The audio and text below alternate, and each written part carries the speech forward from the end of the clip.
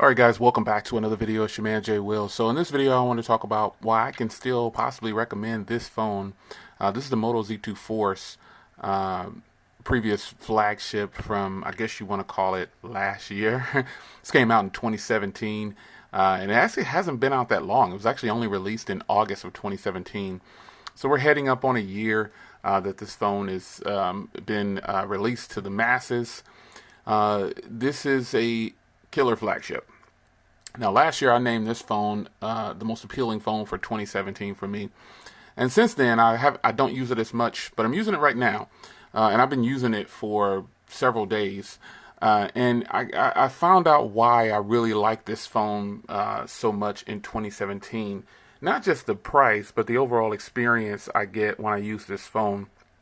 Now, recently I showed you a video and let you guys know that, I actually kind of favor this phone a little bit more than this phone. This phone became one of my favorite phones, and I stand true to that. However, that doesn't mean that the Moto Z2 Force is a slouch of a phone. The Moto Z2 Force still has fantastic cameras, for one. And as you can see here, I have this Moto mod clipped on here.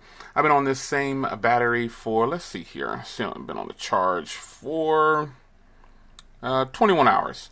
So I'm able to just squeeze life out of this Moto mod instead of touching my actual phone's battery, because I have it set to burn the Moto mod's battery first and then kick into the phone, which I think is absolutely great. That bumps the phone up to 4,930 milliamp hours total, because this has a 2730 milliamp hour battery in here, and this is a 2200.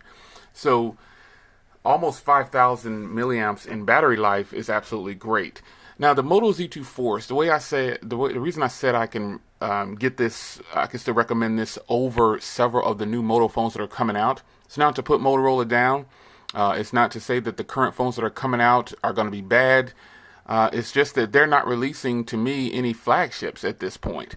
Now, I know the Moto Z3 Force should be popping off soon, and I'll be excited for that more than likely, but this is still really good. Now, what Motorola's done is switched all their phones pretty much to the 18:9 ratio, gave it a processor that's not considered high-end, flagship or whatever, but they're still pumping out some good cameras on their phones.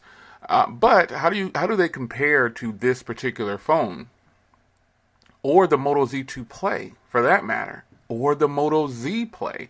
Pretty much the phones that they're bringing out now, to me, don't have this premium hardware, because I've actually used the Moto X4, and it's a nice phone, but it doesn't scream premium like this phone does. And remember, this phone has the shatter shield. Now, mind you, this is just my tempered glass up top. This is a Spigen tempered glass, and these things used to sit flush to the screen. Then the entire tempered glass lays flat on the screen. It's all on the surface.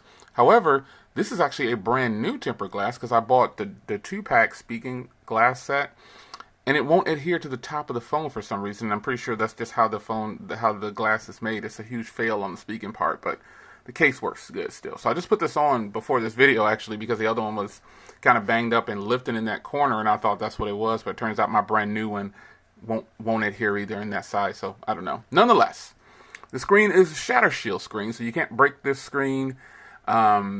It can get it scratched up, though, that's for sure, which is why I have a tempered glass on here, or just you need to use some kind of screen protector on the front to help prolong that screen. But this is, speaking of the screen, this is a Quad HD display, 1440 by 2560, and it still has that old 16:9 ratio, which is absolutely great.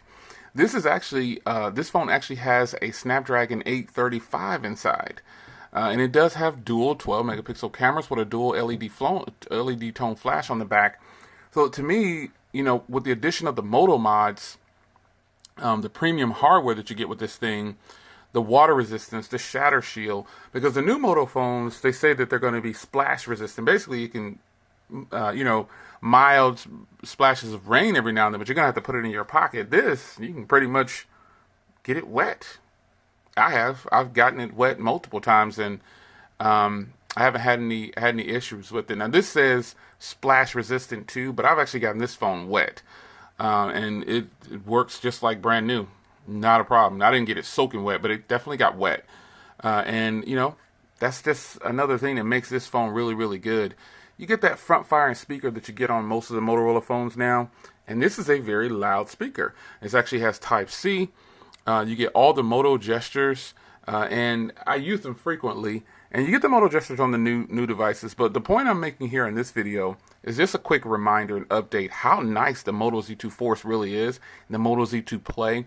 The phones are super premium for what they are now, and they get Moto mods.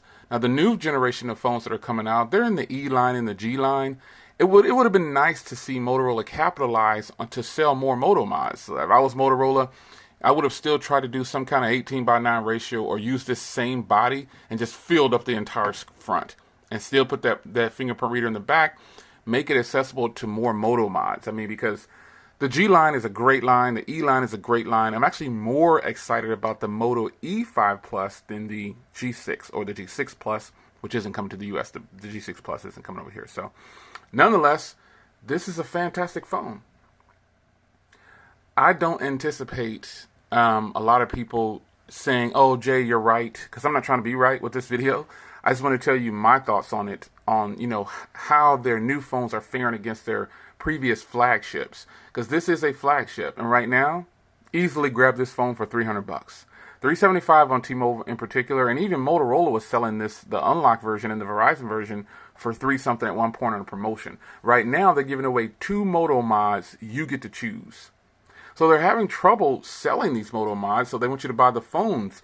I mean, literally, if you go to Motorola's site at the recording of this video, it is May 1st, you can grab the Hasselblad camera mod, and you can just grab any of those expensive mods, and they're going to give them to you just for buying this phone. And you can buy the unlocked version, too. So, I think Motorola, what they're doing with their phones is fantastic. The pricing, though, is getting a little higher. So, on their new phones, the pricing is going to be a little bit higher, $300 for some of those phones. And I wouldn't buy those phones over this phone right here. And obviously, I already own this phone, but this is just a quick recommendation for you. I've got stock Android. I've got Oreo, just like those phones are running. This phone is still a winner in my book. Now, while it didn't hold on to the title of Smartphone of the Year through the entire year of 2018, that doesn't mean that this is a bad phone. Again, I hadn't used this phone in a while, and I've been using it since last week. And this is a great phone. I mean, this hardware is just killer. It's really nice. The Moto, and I've got several Moto mods. I definitely would recommend this phone right here over some of the newer phones that are coming out from Motorola. If you want to get a really good phone with a high resolution display and a high-end processor with really decent cameras. I mean, these cameras, I've actually used these cameras to record a ton of videos on my channel, and everybody said, fantastic video. But sometimes I don't tell you guys, which device I'm using. So like right now, I decided to use a device to record this video, and I think you can probably figure out which one this is. But nonetheless, quick update on the Moto Z2 Force.